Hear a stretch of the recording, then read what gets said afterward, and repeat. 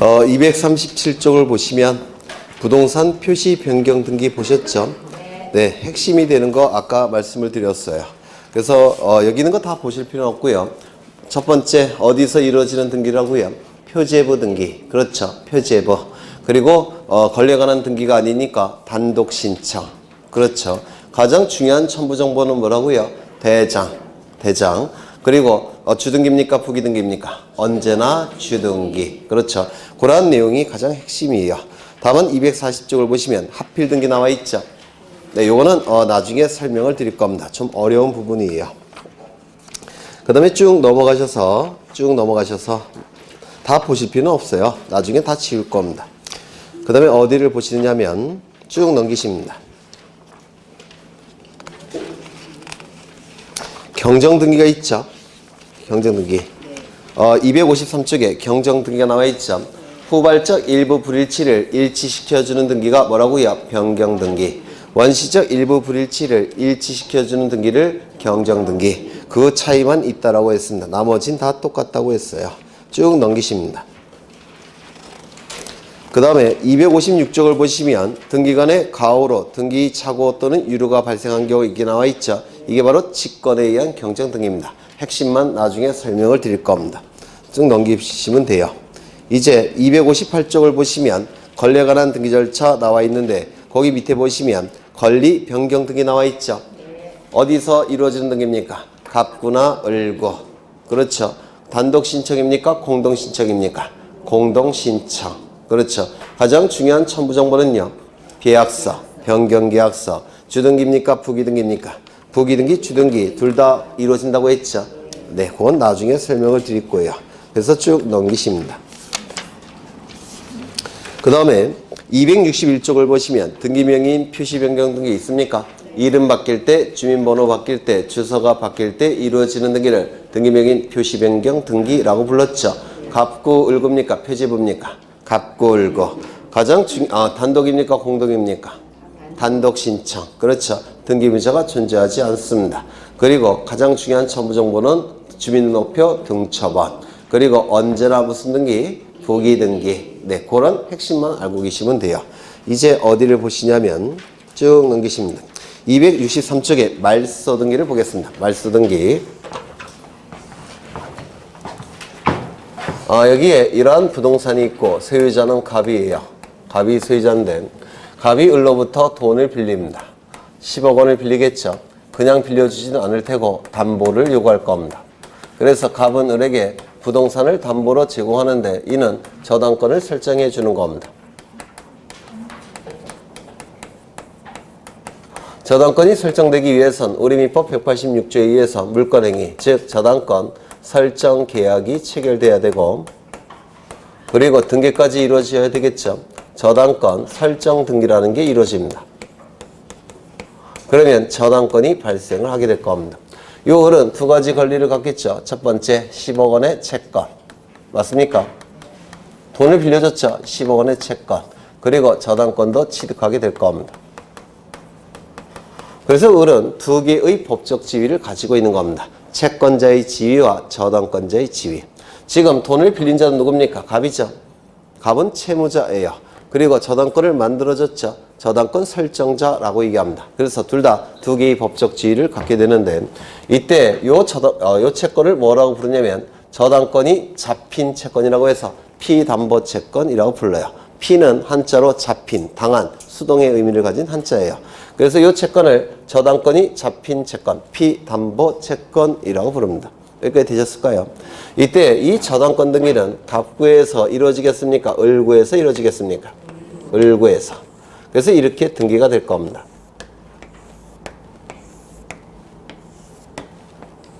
1번 저당권 설정 을 10억 이렇게 등기부에 기록이 될 겁니다. 여기까지 되셨을까요? 아직 어려운 거 없죠? 그런데 변제기에 채무자 갑이 채권자 을에게 이 채권을 변제합니다. 이걸 변제해요. 변제가 이루어지면 이 채권은 어떻게 되겠습니까? 없어지겠죠? 소멸이 될 겁니다. 이 채권이 소멸되면 이 저당권도 같이 소멸이 됩니다. 이거를 민법에서 뭐라고 얘기할까요? 부종성이라고 부릅니다. 담보물건의 부종성. 부는 붙일 붙자고 종은 끝날 종자예요. 소멸한다라는 뜻입니다. 요 저당권은 채권이 소멸될 때 저당권도 채권에 붙어서 끝나는 성질이 있는데 부종성이라고 얘기해요. 피담보 채권이 소멸되면 저당권도 거기에 붙어서 소멸합니다. 이를 부종성이라고 불러요. 그러면 이 등기는 효력이 있겠습니까? 없겠습니까? 없습니다. 무효인 등기입니다. 무효인 등기는 등기부를 통해서 공시돼서는 안 되겠죠. 적법합니까? 부적법합니까? 부적법해요. 즉 부적법하게 존재하는 등기입니다. 여기까지 되셨을까요? 그러면 이 무효인 부적법하게 존재하는 저당권 설정 등기는 등기부에서 없애야 되겠죠. 없애야 됩니다. 어떻게 없애느냐면 이렇게 없앨 겁니다. 2번, 1번 저당권을 말소하겠다라고 공시합니다. 1번 저당권을 말소하겠다라고 공시하고 공시한 바에 따라서 여기에 실선을 그어서 지워줍니다. 이렇게 없앱니다. 이걸 뭐라고 부르냐면 말소등기, 말소등기라고 불러요. 그래서 이 말소등기 개념이 뭐냐면 등기사항에 등기부에 기록된 사항 중 전부가 부적법하게 존재할 때 등기사항은 등기부에 기록되는 사항이란 뜻이에요. 등기사항 전부가 부적법하게 존재할 때 이 등기사항 전부를 없앨 목적으로 말소할 목적으로 하는 등기 이를 말소등기, 말소등기라고 얘기합니다. 등기사항 전부가 부적법하게 존재할 때 등기부에 등기사항 전부가 부적법하게 존재할 때 전부를 없애는 목적으로 하는 등기 이를 말소등기, 말소등기라고 불러요. 어렵죠? 안 어려운가? 여기서 제일 중요한 개념은 이겁니다. 전부가 부적법하게 존재할 때만 말소등기가 가능해요. 일부가 부적법하게 존재할 때는 일부 불일치로 봐서 무슨 등기할까요? 변경등기나 경정등기를 하는 겁니다. 그래서 일부 부적법하게 존재할 때는 일부 불일치로 봐서 변경, 경정등기 하는 것이고 전부가 부적법하게 존재할 때만 전부 불일치로 봐서 말소등기를 하는 겁니다. 이거 이해가 되실까요? 그러면 전부를 없애고 있죠. 여기서 전부 없애고 있죠. 순위번호도 같이 없어지죠. 그렇다면 이 말소등기는 요 순위번호에 붙여서 기록할 여지가 있습니까? 없습니까? 없어요. 따라서 말소등기는 언제나 주등기입니다. 부기등기하는 경우가 없습니다. 전부가 없어지고 있기 때문에 언제나 주등기입니다. 시험에 단골로 나오겠죠. 언제나 주등기에 의하게 됩니다. 이거 꼭 기억하셔야 돼요. 그렇죠. 두 번째, 그러면 말소등기의 대상은 어떠한 등기를 말소시킬 수 있느냐? 등기부상 존재하는 것이 부적법하다면 등기부에 나타나서는 안 되겠죠. 따라서 이 말소등기의 대상은 모든 등기입니다. 어떤 등기건 그 종류를 묻지 않고 등기부에서 존재하는 것이 적법하지 않다면 종류를 물 필요 없이 없애야 되겠죠.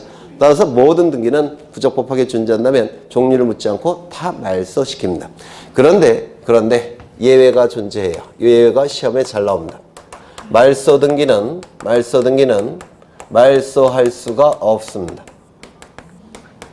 말소등기는 말소할 수가 없게 돼요. 요 예를 잘 보시면 여기 이러한 부동산이 있고 소유자가 갑입니다. 갑이 을로부터 돈을 빌려요. 10억 원을.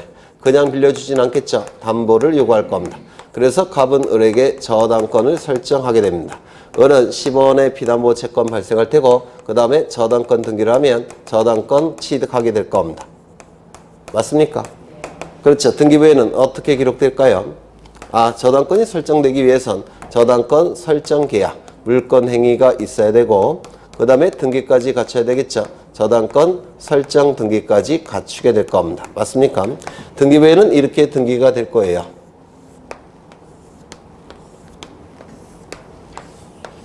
1번 저당권 설정 을 10억 이렇게 등기가 될 겁니다. 그렇겠죠? 그런데 갑이 서류를 위조합니다. 예를 들어서 영수증 위조합니다. 돈을 변제하지 않았음에도 불구하고 변제했다고 뻥까쳐서 영수증을 위조합니다. 그리고 위임장도 위조를 해요. 위조를 해서 혼자 등기소에 가서 요거를 말소시켰습니다. 위임장이 위조가 됐으니까 위임장, 위조된 위임장을 가지고 혼자 가서 말소 신청한 겁니다. 그러면 이거는 적법하게 말소가 됐습니까? 부적법하게 말소가 된 겁니까? 부적법하죠. 을은 저당권 소멸할까요? 소멸되지 않을까요? 소멸하지 않습니다. 이 등기는 물권 변동의 효력이 발생하기 위해서 필요한 요건이죠.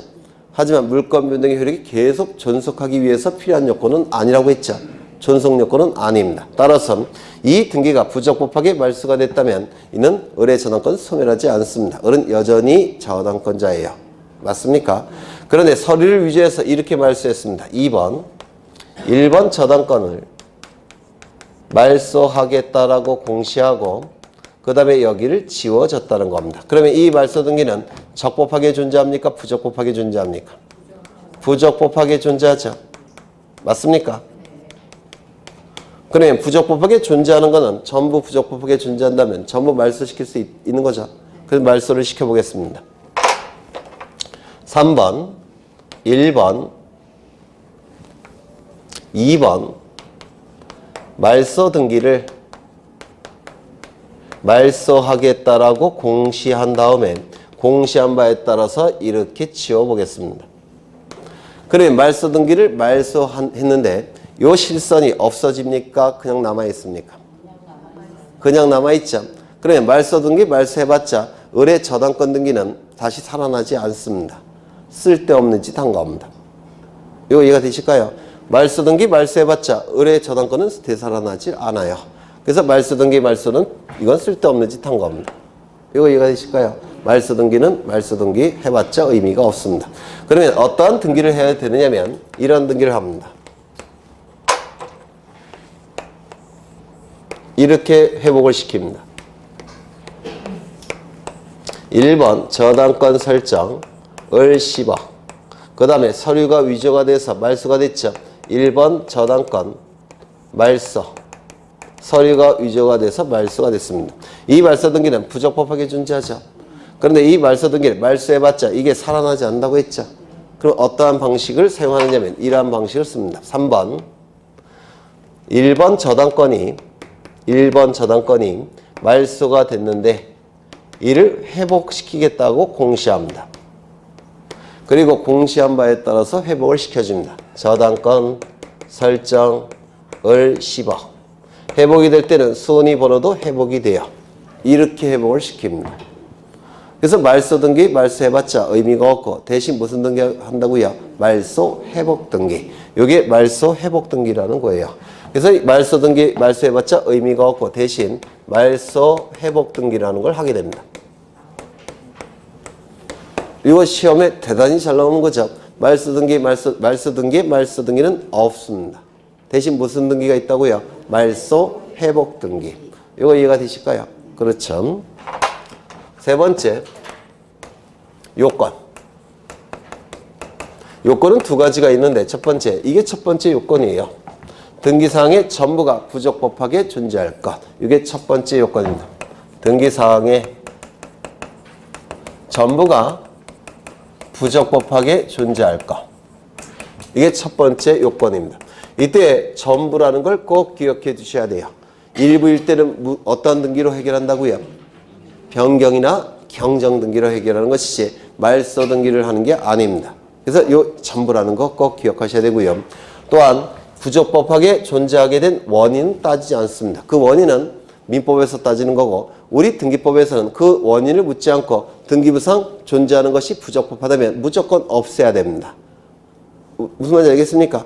그래서 부적법하게 된 원인은 따지지 않습니다. 뭐 원시적 사유건 후발적 사유건 절차적 사유건 실제적 사유건 그런 건 민법에서 따지는 것이고 우리 등기법에서는 등기부에 존재하는 것 자체가 적법하지 않다면 그냥 무조건 지우는 겁니다. 이거 되셨을까요? 네.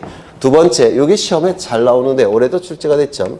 등기상 이해관계인이 있다면 등기상 이해관계인이 있다면 그자의 승낙을 받아서 승낙서를 제출해야 됩니다. 아니면 승낙을 해주지 아니할 때는 그자에게 재판을 걸어서 재판서 등본을 첨부해야지만 말소 등기를 해줍니다. 등기관이.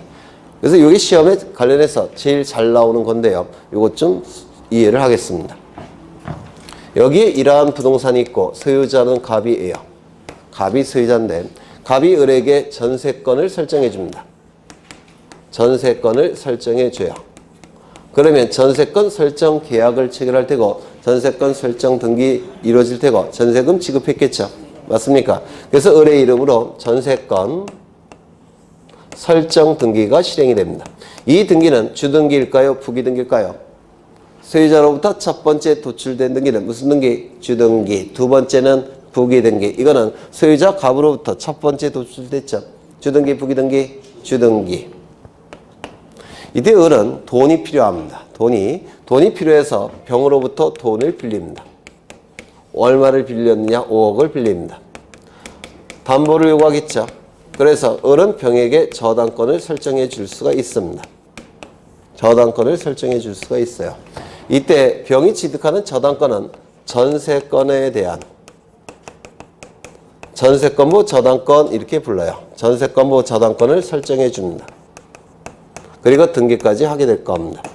이를 전세권부 저당권 이렇게 불러요. 전세권도 저당권의 객체가 될 수가 있어요. 저당권의 종류는 세 가지가 있는데요. 소유권에 대한 저당권, 소유권부 저당권이 있고요. 지상권자가 설정해주는 저당권, 지상권부 저당권도 있고 전세권자가 설정해주는 저당권, 전세권부 저당권이라는 것도 있습니다. 그래서 저당권의 종류는 세 가지입니다. 혹시 근저당권이라는 거 들어보셨습니까? 근저당권도 세 가지예요. 소유권부 근저당권, 지상권부 근저당권, 전세권부 근저당권. 여기서 붙자는 붙일 붙자예요. 그래서 소유권에 붙은 저당권, 지상권에 붙은 저당권, 전세권에 붙은 저당권. 소유권자가 설정해주는 저당권, 지상권자가 설정해주는 저당권, 전세권자가 설정해주는 저당권. 그렇다면 소유권부 저당권은 소유자를 기준으로 할 때 몇 번째일까요? 첫 번째, 따라서 주등기, 부기등기, 주등기. 지상권부 저당권, 전세권부 저당권은 지상권자, 전세권자가 설정해주는 거죠. 그럼 소유자를 기준으로 할 때 몇 번째일까요? 두 번째, 따라서 주등기, 부기등기, 부기등기, 부기등기입니다. 그런데 99%는 다 이거예요. 이거 두 개 합해봤자 1%도 안 됩니다. 원칙은 소유권부 저당권이니까 이거를 생략합니다. 그래서 우리가 보통 얘기하는 저당권은 소유권에 대한 저당권을 얘기해요. 보통은. 이거 이해가 되실까요? 소유권부 저당권을 우리는 보통 저당권 이렇게 부르는 겁니다. 소유권부 근저당권을 보통 우리는 근저당권 이렇게 부르는 거예요. 이거는 생략할 수가 없겠죠. 이것과 구별해야 되니까. 그렇죠. 네. 그러면 이때 전세권자가 병에게 돈을 빌리고 저당권을 설정해 줄 수가 있는데 병은 전세권부 저당권을 취득합니다. 소유자로부터 두 번째니까 이거는 무슨 등기겠습니까? 여기에 붙여서 기록할 겁니다. 부기등기. 여기까지 되셨을까요? 그렇죠. 그런데 전세권 설정 계약에서 정한 존속기간이 끝났습니다. 존속기간이 만료가 됐습니다. 그러면 이 을의 전세권은 어떻게 될까요? 기간이 끝났으니까 소멸이 될 겁니다. 이런 건 다 민법에서 하실 거예요. 전세권이 소멸되니까 이 등기는 어떻게 돼야 되겠습니까? 없애야 되겠죠. 전세권이 소멸되었으니까 이 등기는 부적법하게 존재하는 등기입니다. 따라서 이 등기는 말소가 돼야 될 겁니다. 이 등기가 말소됨으로 인해서 등기부만 놓고 볼 때 권리를 상실하여 불이익이 발생한 자는 누굽니까? 네? 이 전세권 등기가 말소가 되면 등기부만 놓고 볼 때 불이익이 발생한 자는 누구예요? 등기의무자. 이익이 발생한 자는 누굽니까? 갑. 왜냐면 전세권에 의해서 제한을 받았죠. 갑의 소유권이. 제한이 풀렸죠. 등기부만 놓고 볼 때. 그러면 이익이 발생한 자는 갑입니다. 등기관리자. 그래서 둘이 공동으로 말소 등기를 신청하게 될 겁니다. 되셨을까요? 그러면 이 전세권 등기가 말소가 되면 이것도 없어지는 거죠. 따라서 저당권의 객체인 전세권이 없어지기 때문에 이것도 다 소멸이 됩니다. 이것도. 전세권 자체가 등기부상 없어졌기 때문에 병의 저당권도 같이 없어지는 겁니다. 문제는 변제를 받지 못한 상태에서 없어지니까 이거 다 없어지니까 손해가 발생합니까? 발생하지 않습니까? 손해가 발생하죠. 이러한 자를 등기상 이해관계인이라고 불러요. 등기상 이해관계인이 있을 때는 이 말소 등기를 신청할 때 갑과 을은 등기상 이해관계인의 승낙서 또는 승낙을 해주지 아니할 때는 재판을 걸어서 재판서 등본 요거를 첨부해야지만 등기관은 이 등기를 말소해 줍니다. 이걸 첨부하지 않고 말소가 이루어지면 이 말소 등기는 병에게 효력이 없습니다. 무효해요. 여기까지 되셨을까요? 그러면 이 말소 등기가 이루어짐으로 인해서 손해가 발생하는 자는 둘이 나타나네요. 을, 병. 맞습니까? 그런데 하나는 등기 의무자, 하나는 등기상 이해관계인이라고 부릅니다. 그러면 차이는 뭡니까? 전세권 설정 등기와 관련해서 당사자는 누굽니까? 갑과 을. 당사자 중에서 손해가 발생하면 등기 의무자. 그리고 얘는 병은 관계인이죠. 당사자를 제외한 관계인, 즉 제3자입니다. 제3자 중에서 손해가 발생한다면 등기상 이해관계인. 여기서 이해라는 문구가 쓰여져 있는데 이익이 발생하거나 손해가 발생하는 제3자 그 뜻이 아니고요. 이익에 손해가 발생하는 자, 이익에 손해가 발생하는 자, 그 자가 등기상 이해관계인이에요. 즉 이익이 발생하는 자는 등기상 이해관계인이 아니어서 승낙서, 재판서 등본 첨부할 필요가 없어요. 손해 발생하는 자, 그 자만 등기상 이해관계입니다. 누구 중에서? 제3자 중에서. 되셨을까요? 네. 요게 대단히 시험에 잘 나옵니다. 등기상 이해관계인을 판단하는 문제가 시험에 대단히 잘 나와요. 올해도 출제가 됐습니다. 요게. 근데 아직은 힘드실 거예요. 민법 지식이 올라가야지만 요게 쉬워집니다. 아직은 조금은 어려우실 겁니다. 그래서 이 말소 등기는 첫 번째 개념이 출제가 되고요. 전부. 두 번째 대상 말소 등기는 허용된다 안 된다? 안 된다. 요게 출제가 되고 세 번째 등기상 이해관계인 판단. 요게 출제가 되는 겁니다. 그럼 말소 등기는 다 보신 거예요. 다만 등기상 이해관계는 조금 어려우실 겁니다. 이건 민법 지식이 올라가야지만 요게 판단될 수가 있기 때문에 그렇습니다. 그 다음에 보셔야 될 게 말소 회복 등기를 보십니다. 이런 건 다 출제가 되는 거예요. 줄은 나중에 칠 겁니다. 268쪽에 말소 회복 등기가 있는데 요것 좀 보겠습니다. 말소 회복 등기. 여기에 이러한 부동산이 있고 말소 회복 등기 저기서 보셨죠? 네. 한번 다시 보실 거예요. 뭐 똑같은 거지만 갑이 을로부터 돈을 빌립니다. 얼마를 빌렸느냐? 10억 원을 빌립니다. 그냥 빌려주진 않겠죠? 담보를 요구할 겁니다. 그래서 갑은 을에게 저당권을 설정해 줍니다. 저당권이 설정되기 위해서는 먼저 저당권 설정 계약이라는 물권 행위가 있어야 되고 두 번째 등기까지 필요하겠죠. 저당권 설정 등기라는 등기가 필요합니다. 그러면 을은 10억 원의 피담보 채권이 발생을 했을 테고 등기까지 이루어지게 되면 저당권을 취득하게 될 겁니다. 그래서 채권자의 지위와 저당권자의 지위를 같이 갖게 될 거예요. 이 등기는 을구에 이루어지겠죠. 을구에 이루어지게 될 겁니다.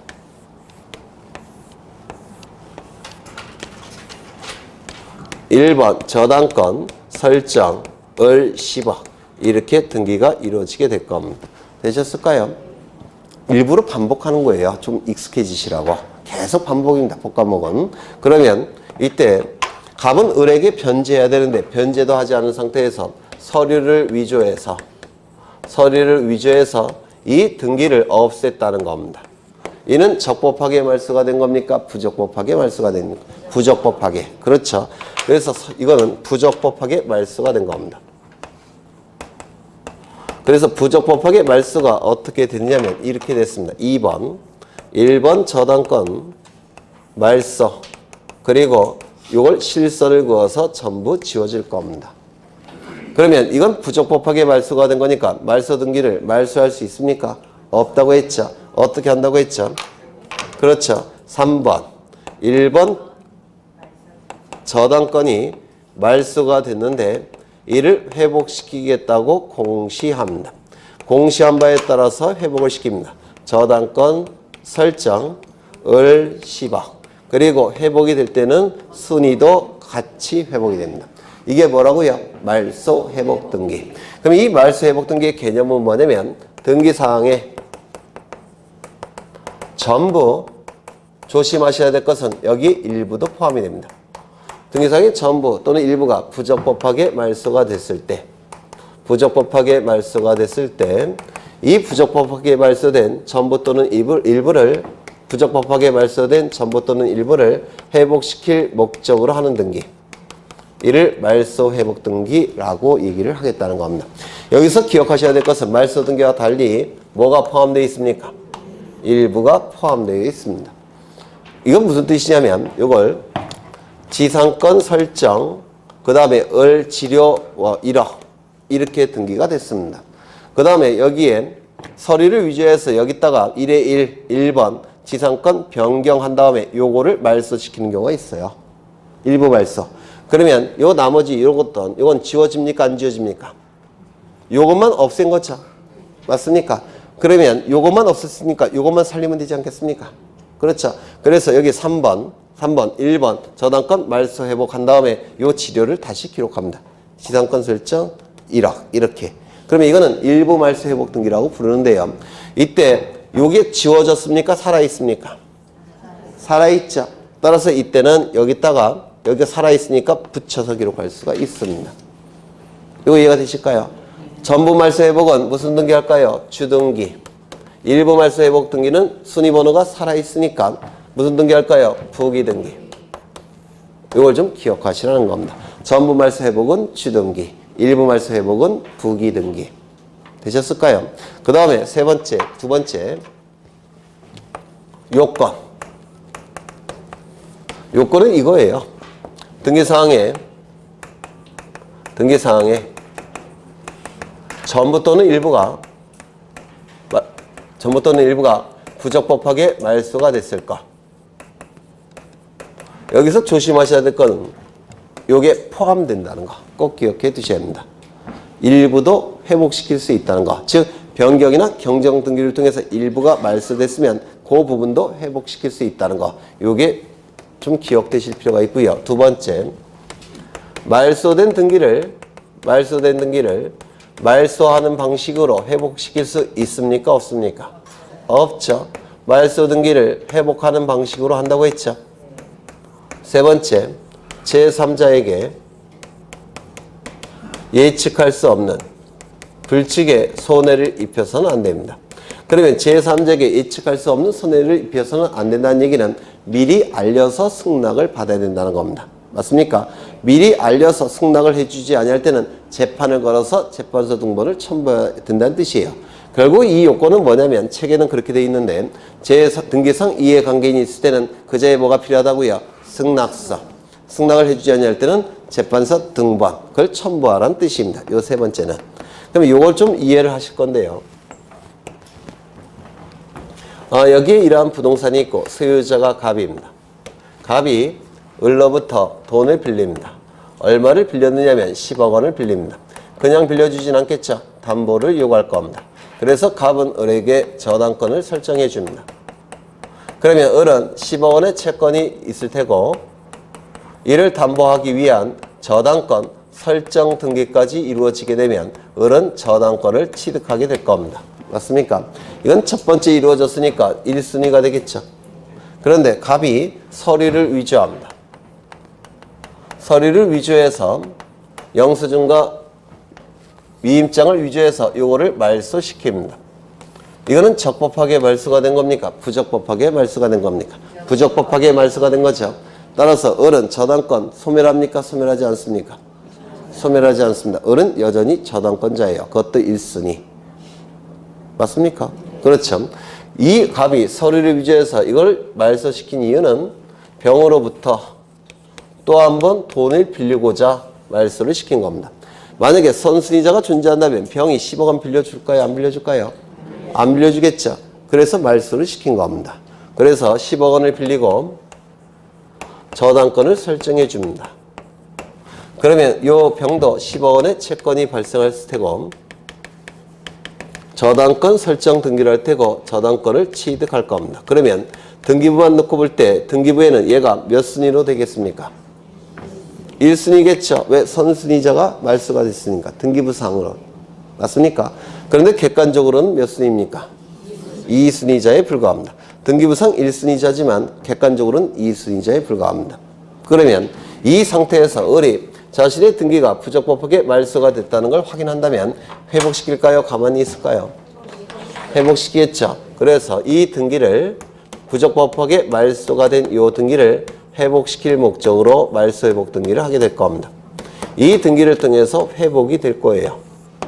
1번 저당권 설정 이렇게 회복이 될 겁니다. 되셨을까요?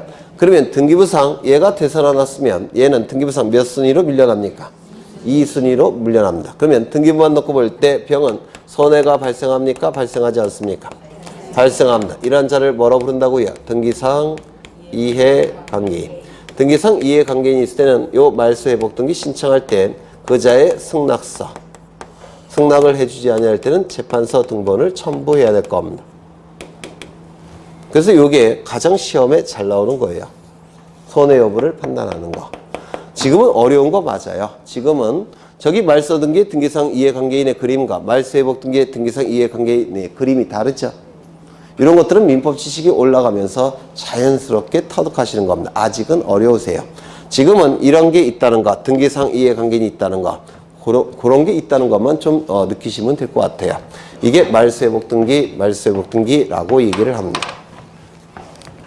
사실 이건 기초 과정은 아닐 거예요. 굉장히 어려운 과정입니다. 이게 넘기겠습니다. 그 다음에 271쪽에 소유권 보전 등기라는 게 나오는데 이 소유권 보전 등기는 무조건 출제되는 부분이에요. 무조건 보전 등기를 좀 보겠습니다. 지금 단계에서는 용어가 익숙해지는 단계라서 어려운 거 스트레스 받을 필요는 전혀 없습니다. 그냥 이런 게 있다, 이런 용어들이 있다, 그걸 느끼시기만 하면 돼요. 계속 반복을 할 겁니다. 원래 법과목을 처음 할 때는 어마무시하게 어려워요. 그런데 반복이 되면서 조금씩 쉬워지는 겁니다. 반복이 되면서. 그렇게 이해하시면 돼요.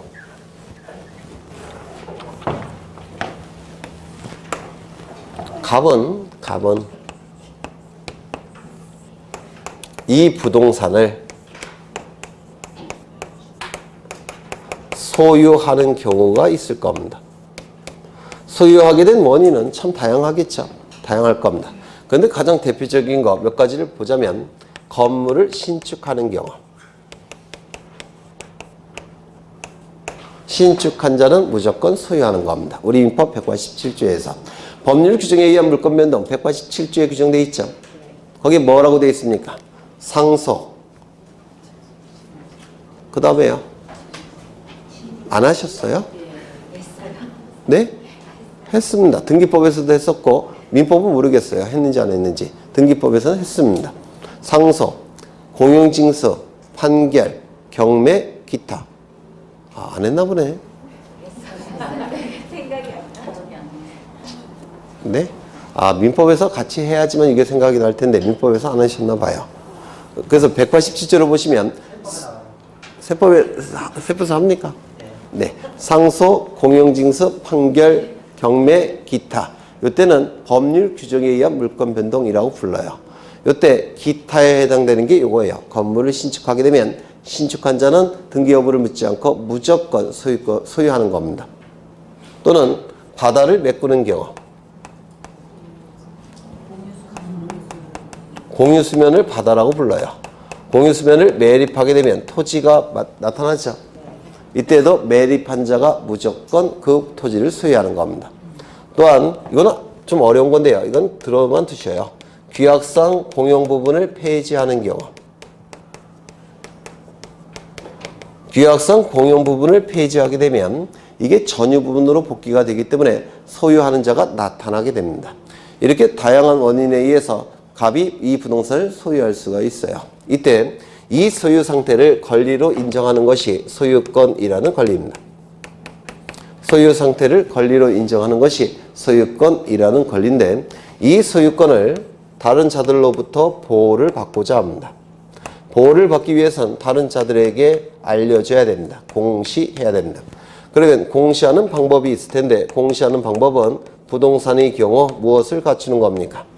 등기를 갖추는 겁니다. 맞습니까? 등기를 갖추는 겁니다.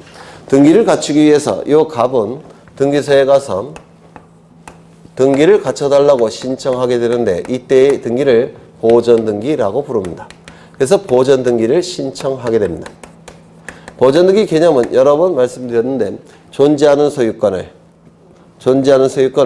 보호받기 위해서 갖추는 공시방법인 등기, 이를 보전등기라고 부릅니다. 그러면 갑은 보전등기를 해야지만 소유권을 취득합니까? 아니면 이미 취득한 소유권을 보호받기 위해서 보전등기하는 겁니까? 그렇죠. 이미 갖고 있는 소유권을 보호받기 위해서 보전등기를 신청하는 겁니다. 보전등기를 통해서 갑이 소유권이 취득되는 게 아니에요. 이것도 한번 출제된 적이 있습니다. 이거 이해가 되실까요? 그렇죠. 그러면 보전등기 신청하게 되면 등기소는 보전등기를 해줄 거예요. 1번 소유권 보전 갑 이렇게 등기부에 기록이 됩니다. 이걸 보전등기라고 하는데 이 보전등기를 통해서 등기부가 만들어집니다. 따라서 이 보전등기는 등기부를 개설하는 등기, 등기부를 만드는 등기, 등기부를 창설하는 등기라고 불러요. 대부분은 1번을 갖습니다. 되셨을까요? 그러면 이때 이 갑이 보전등기를 신청하는 사람 맞습니까? 보전등기를 신청하는 자인데 이 신청인은 여기에 기록이 되죠. 이름, 주민번호, 주소가 기록이 되죠. 따라서 등기관은 여기에 갑을 기록하기 위해서는 갑에게 진짜 소유권이 있다는 사실을 확인을 해야 됩니다. 맞습니까? 확인이 돼야지만 기록할 수 있겠죠. 그 확인이 돼야 되는데 확인을 누가 증명을 해야 되냐면 갑이 증명을 해야 돼요. 자신에게 소유권이 있다는 사실을 증명해야 됩니다. 그래야지만 등기관이 확인이 될 겁니다. 여기까지 이해가 되십니까? 그러면 소유권을 증명할 수 있는 자가 보전등기를 신청할 수가 있는 겁니다. 그래야지만 등기관은 확인할 테고 등기부에 기록하게 될 겁니다. 그러면 소유권을 증명할 수 있는 자만이 보전등기를 신청할 수 있을 텐데 우리 부동산등기법 제65조에서는 1호, 2호, 3호, 4호 이렇게 65조에서는 4가지 경우를 두고 있습니다. 보전등기를 증명할 수 있는 자 4가지 경우에만 보전등기 신청할 수 있다라고 규정되어 있습니다. 1호는 보전등기에서 가장 중요한 건데요. 1호는 뭐라고 되어 있냐면 대장에 최초의 소유자로 등록된 자는 보전등기 신청할 수 있다 이렇게 되어 있습니다. 또는 그 상속인 그 밖에 포괄승계인도 보전등기를 신청할 수 있다라고 규정되어 있어요. 그러면 이러한 자는 어떻게 증명하는 겁니까? 대장에 최초의 소유자로 등록되었음을 증명하고 있죠. 대장은 누가 만드는 겁니까? 국가기관이. 맞습니까? 이 대장은 토지의 경우에는 토지대장이 있죠. 임야대장이 있죠. 건물의 경우에는 건축물대장이 있습니까? 건축물대장이 있을 겁니다. 그런데 이 대장에 소유자로 등록이 됐다는 겁니다. 그러면 국가기관이 소유자로 인정한 겁니까? 인정했죠. 따라서 대장의 소유자로 등록되어 있기 때문에 대장을 통해서 등기관에게 소유권을 증명할 수가 있습니다. 따라서 보전등기 등기관이 해줄 겁니다. 이거 이해가 되실까요? 한번 읽어나 보죠. 대장에 최초의 소유자로 등록된 자, 그 상속인, 그 밖에 포괄승계인, 대장을 통해서 소유권을 증명할 수가 있기 때문에 보전등기 신청할 수 있고 등기관은 보전등기를 해줄 겁니다. 두 번째 제2호 확정 판결에 의해서 소유권을 증명할 수 있는 자도 보전등기 신청이 가능합니다. 누가 소유자로 인정한 겁니까? 법원이. 맞습니까? 법원이 소유자로 인정을 해줬기 때문에 판결을 가지고 증명할 수가 있습니다. 따라서 보전등기 신청이 가능하고 등기관은 보전등기를 시행해 줄 겁니다. 맞습니까? 세 번째 3호 수용에 의해서 소유권 취득을 증명하는 경우 이때도 수용 절차를 통해서 소유권을 증명할 수가 있기 때문에 등기관은 보전등기 해줄 겁니다. 이 수용 절차는 토지수용위원회라는 국가기관이 이 절차를 진행합니다. 이것도 국가기관이 소유자로 인정해 준 자입니다. 따라서 소유권 증명할 수 있고 등기관은 보존등기 시정해 줄 겁니다. 4호 네 번째 특별자치도지사 제주도를 얘기해요. 제주도 특별자치도지사를 얘기하는 건데요. 특별자치도지사 시장 군수 자치구청장 그냥 구청장이 아닙니다. 자치구청장이에요. 특별자치도지사 시장군수 자치구청장의 확인에 의해서 소유권을 증명하는 자도 국가기관이 소유자임을 증명했기 때문에 이때도 보존등기 신청이 가능합니다. 이게 보존등기에서 가장 기본이 되고 가장 중요한 겁니다. 읽어나 보죠. 익숙해져야 되니까 어차피 지금 못 암기는 힘드실 거예요. 처음 보는 거라서. 그래서 익숙해지시기만 하면 돼요. 첫 번째 같이 읽죠. 첫 번째 대장에 최초의 소유자로 등록된 자 그 상속인 그 밖에 포괄 승인. 두 번째 확정 판결에 의해서 소유권을 증명하는 자. 세 번째 수용에 의해서 소유권 취득을 증명하는 자. 정확하게는 소유권 취득입니다. 뭐 같은 뜻이겠지만. 네 번째 특별자치도지사 시장 군수 자치구청장의 확인에 의해서 소유권을 증명하는 자. 이러한 자들은 보존등기 신청할 수 있다는 겁니다. 나중엔 꼭 외우셔야 될 거예요. 이 보존등기와 관련해서 가장 많이 출제가 된 지문은 뭐냐면 1호부터 3호까지는 건물에 대한 보존등기 신청이 가능하고 토지에 대한 보존등기 신청도 가능합니다. 그런데 이 제4호 네 번째는 건물에 대한 보존등기 신청은 허용이 되지만 토지에 대한 보존등기 신청은 허용되지 않습니다. 이게 보존등기와 관련해서 가장 많이 출제됐던 내용입니다. 제4호 확인서는 특별자치도지사 시장군수 자치구청장이 확인서 갖고는 건물은 보존등기 신청할 수 있지만 토지는 보존등기 신청이 허용되지 않습니다. 이게 가장 많이 출제됐던 지문이에요. 그러면 왜 이 토지는 보존등기 신청이 허용되지 않냐면 그 이유를 이해하셔야 될 텐데 우리 등기법에서 부동산은 몇 가지가 있습니까? 네? 토지랑 건물 맞습니까? 우리 등기법상 부동산은 두 개예요. 건물, 토지. 민법의 부동산은 그 수를 헤아릴 수 없을 정도로 많지만 우리 등기법은 등기부가 건물 등기부, 토지 등기부 두 가지만 있으니까 부동산도 두 개만 있다고 간주합니다. 건물, 토지. 그렇죠. 그러면 건물도 있을 테고 토지도 있을 겁니다. 그런데 이 토지의 경우에는 공간정보법에 의해서 지적공부가 반드시 존재합니다. 공간정보법에서 의해서 지적공부가 반드시 있어야 돼요. 신청인이 소유자가 신규 등록을 신청하지 않으려 할 때는 지적소관청이 어떻게 했습니까? 직권으로 등록했죠. 물론 기억 안 나시겠죠. 직권으로 등록합니다. 따라서 직권으로라도 등록하기 때문에 이 지적공부는 반드시 존재합니다. 토지의 경우에는. 이 지적공부 중에서 가장 대표적인 지적공부가 뭐라고 했습니까? 토지대장, 임야대장이 가장 완전한 형태의 지적공부라고 말씀을 드렸어요. 그래서 공간정보법에 의해서 토지대장, 임야대장이 반드시 있습니다. 그렇다면 이거 갖고 보존등기 신청할 수 있습니까? 있죠. 1호 갖고 보존등기 신청할 수 있겠죠. 따라서 4호는 있을 필요가 없습니다. 토지는 이거 이해가 되실까요? 토지는 공간정보법에 의해서 토지대장, 임야대장이 반드시 있기 때문에 4호가 있을 필요가 없습니다. 1호 갖고 보존등기 신청이 가능하니까. 이해가 되실까요? 그런데 건물은 얘기가 달라집니다. 건물은 허가를 받은 건물도 있을 테고 허가를 받지 못한 건물도 있을 겁니다. 무허가 건물 존재하죠. 그런데 이 허가를 받은 건물의 경우에는 건축물 대장이 있겠습니까? 있죠. 따라서 1호 갖고 보존등기 신청할 수가 있죠. 그런데 허가를 받지 않은 건물은 건축물 대장이 있을까요? 없을까요? 없습니다. 건축물 대장이 아직은 존재하지 않습니다. 그러면 1호 갖고 보존등기 신청할 수 있습니까?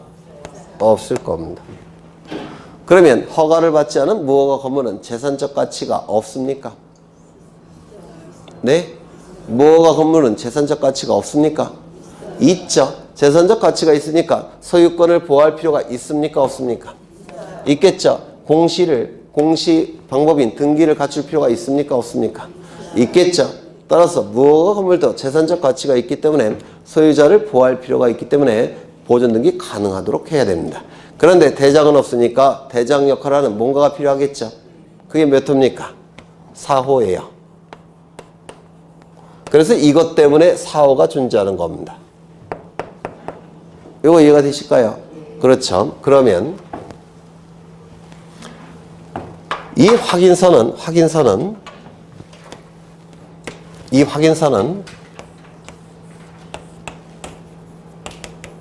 무엇의 역할을 하는 겁니까? 네? 건축물 대장의 역할을 하는 거죠. 그래요? 안 그래요? 건축물 대장의 역할을 하는 거 맞습니까? 그러면 이 확인서가 되기 위해서는 건축물 대장에 등록되는 내용과 똑같은 내용이 등록되어 있어야 됩니다. 그러면 건축물 대장에는 어떤 내용이 등록되느냐면 건축물의 표시와 소유자의 표시가 건축물 대장에 등록이 됩니다. 그러면 보존 등기를 신청할 수 있는 확인서가 되기 위해서는 건축물 대장과 같은 내용이 등록돼야 되니까 무엇이 등록되어 있어야 됩니까? 건축물의 표시가 있어야 되고 소유자의 표시도 있어야 됩니다. 요거 이해가 되실까요? 따라서 이 두 가지가 확인서의 요건입니다. 보존 등기 신청할 수 있는 이 확인서는 건축물의 표시가 있어야 되고 그리고 소유자 표시가 있어야 돼요. 이 건축물의 표시는 건축물 대장에 등록되는 건축물 표시가 되니까 건물이 완성된 다음에 건물의 그 사실 상태를 정확하게 표시하고 있어야 됩니다. 이거 이해가 되실까요? 건물의 외형을 정확하게 표시하고 있어야지만 그게 제대로 된 건축물의 표시예요. 그렇다면 이 서류는 건축허가서입니다. 건축허가서인데 건축허가서에는 건축물의 표시가 있고 건축주 표시가 되어 있습니다. 건축주. 이 건축주를 건축허가명인이라고도 불러요. 그러면 이 건축허가서는 확인서로서 보존 등기 신청할 수 있겠습니까? 없겠습니까? 네? 여기서 이 건축물의 표시는 건물이 완성된 다음에 건물의 객관적 상태를 정확하게 표시하고 있어야 돼요. 그런데 이 건축허가서의 건축물의 표시는 건물이 완성된 다음에 그 객관적 상태를 표시합니까? 못합니까? 이거는 건물을 짓기 전에 허가를 받기 위해서 대략적으로 표시한 것에 불과하죠. 따라서 이 표시와 이 표시는 같은 겁니까? 다른 겁니까? 달라요. 따라서 이 요건을 충족하지 못합니다. 그 다음에 여기 건축주 표시, 건축허가 명인 표시는 소유자 표시로 볼 수 있을까요? 없습니다. 왜냐하면 우리나라는 다른 사람 이름을 빌려서 허가를 받는 경우가 굉장히 많습니다. 그래서 이 건축주 표시, 건축허가 명인 표시는 소유자 표시로 볼 수도 없습니다. 그러면 건축허가서를 가지고 건물에 대한 보존 등기 신청할 수 있을까요? 없을까요? 없습니다. 안 됩니다. 이거 이해가 되실까요? 네, 나중에 계속 보실 겁니다. 그 다음에 이제 주로 출제가 되는 건 제1호예요. 제1호가 출제가 되는데 여기 보시면 분명히 최초의 소유자로 등록된 자가 보존 등기 신청할 수 있다라고 되어 있습니다. 맞습니까? 그렇다면 요거는 대장입니다. 토지일 때는 토지대장, 임야대장이 될 때고 건물일 때는 건축물 대장이 되겠죠. 이 대장에는 부동산 표시사항이 기록이 될 테고 최초의 소유자로 갑이 등록되어 있습니다. 갑은 보존 등기 신청할 수 있습니까? 없습니까? 최초의 소유자로 갑이 등록되어 있어요. 보존 등기 신청할 수 있습니까? 없습니까? 있겠죠. 갑은 보존 등기 신청이 가능합니다. 그런데 대장에 갑에서 을로 이전 등록이 되었다고 표시되어 있습니다. 그러면 최초의 소유자 갑으로부터 이전 등록을 받은 자는 보존 등기 신청할 수 있을까요? 없을까요? 네? 여기 분명히 최초의 소유자로 등록된 자라고 명시되어 있죠. 따라서 이전 등록을 받은 자는 보존 등기 신청이 허용되지 않습니다. 여기 최초의 소유자라고 되어 있기 때문에 그렇습니다. 이거 이해가 되실까요? 되셔요. 그러면 을은 보존 등기를 못하고 무슨 등기 해야 될까요? 이전 등기. 갑의 이름으로 보전 등기한 다음에 을의 이름으로 이전 등기를 하는 겁니다. 이거 이해가 되실까요? 그런데 예외가 존재합니다. 예외가. 이건 대장인데요. 부동산 표시사항이 기록되어 있고 최초의 소유자로 등록된 자는 국가예요. 국. 그러면 국가로부터 이전 등록을 받은 요 을은 보전 등기 신청할 수 있느냐? 요게 문제가 된 사안입니다. 있을까요? 없을까요? 있습니다. 이유는요. 국가가 맨 처음에 탄생하게 되면 그 국가 안에 있는 모든 토지는 국가 소유인 겁니다. 국가 소유인 토지를 국민들에게 분배한 거예요. 이거 이해가 되실까요? 근데 저한테 분배된 건 암만 찾아봐도 없어요. 어디 누가 가지고 있는지도 모르겠어요. 네. 분배됐나요? 논리가 그렇다는 겁니다. 법 논리가. 그렇죠. 그러면 결국은 이것도 뭐가 생략된 걸까요? 이게 생략된 겁니다. 결국은. 이거 이해가 되실까요? 그래서 최초의 소유자로 등록된 자만이 보전 등기 시작할 수 있지만 예외적으로 국가로부터 이전 등록을 받은 자는 보전 등기 시작할 수 있다. 이렇게 기억하셔야 됩니다. 그 다음에 여기 분명히 그라고 돼 있죠. 이 그는 최초의 소유자로 등록된 자를 얘기해요. 그렇다면 그 상속인은 최초의 소유자로 등록된 자의 상속인이라는 뜻입니다. 맞습니까? 그렇다면 갑의 상속인은 보전 등기 시작할 수 있을까요? 없을까요? 있습니다. 그러면 을의 상속인은 보전 등기 시작할 수 있을까요? 얘가 안 되니까 얘도 안 되는 겁니다. 그러면 국가로부터 이전 등록을 받은 자의 상속인은 보전 등기 시작할 수 있을까요? 있습니다. 당연히 국가로부터 이전 등록을 받은 자는 보전 등기 신청이 가능하니까 상속인도 그 권리를 고스란히 승계받으니까 보전 등기 신청이 가능할 겁니다. 되셨을까요? 네. 여기서 그는 상속인도 꾸며주고 그 다음에 이 포괄승계인도 꾸며주는 겁니다. 이렇게. 그럼 이 포괄승계에 인해서 포괄승계에서 문제가 되는 게 유증이라는 게 있습니다. 민법에서 하셨습니까? 유증. 이 유증은 유언을 통한 증여를 얘기해요. 그래서 유언과 증여의 합성행위입니다. 그런데 유언에 포인트가 있기 때문에 유언을 기준으로 해서 단독행위라고 얘기합니다. 이런 건 다 민법에서 하실 거예요. 이 유증은 두 가지가 있는데 유언을 통해서 증여할 때 자신이 가진 재산을 포괄해서 유언을 통해서 증여하는 경우가 있는데 이를 포괄유증이라고 불러요. 나중에 민법에서 하실 겁니다. 유언을 통해서 증여할 때 하나의 부동산을 탁 특정해갖고 유언을 통해서 증여하는 경우도 있을 겁니다. 이를 특정유증이라고 부릅니다. 나중에 민법에서 하실 거예요. 그러면 포괄유증을 받은 자는 포괄승계인일까요? 특정승계인일까요? 네? 포괄승계인. 특정유증을 받은 자는 포괄승계인일까요? 특정승계인일까요? 특정승계인. 나중에 민법에서 상세하게 공부하실 거예요. 그렇다면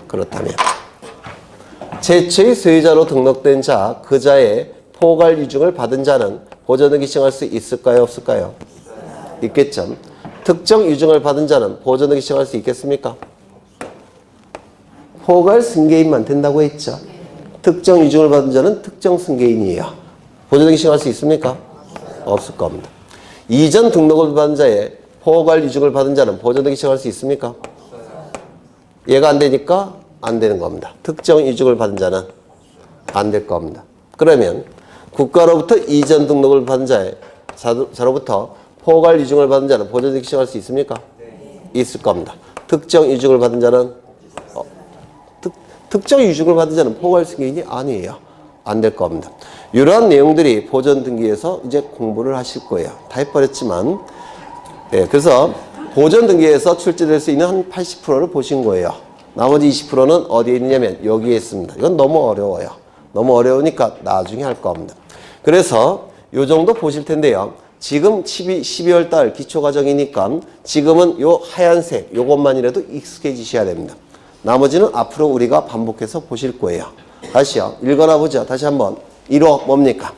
대장의 최초의 소유자로 등록된 자, 그 상속인, 그 밖에 포괄승계인. 두 번째 2호 확정 판결에 의해서 소유권을 증명하는 자. 3호 수용에 의해서 소유권 취득을 증명하는 자. 4호 특별자치도지사, 시장, 군수, 자치구청장의 확인에 의해서 소유권을 증명하는 자. 1호부터 3호까지는 건물, 토지 둘 다 되지만 4호는 건물만 되고 토지는 안 된다는 거. 그 정도만 흔적 남기셔도 충분해요. 지금은 물론 앞으로 똑같이 반복할 겁니다. 외울 때까지. 네. 그래서 보존 등기는 이 정도 보시고 잠시 쉬었다 하겠습니다.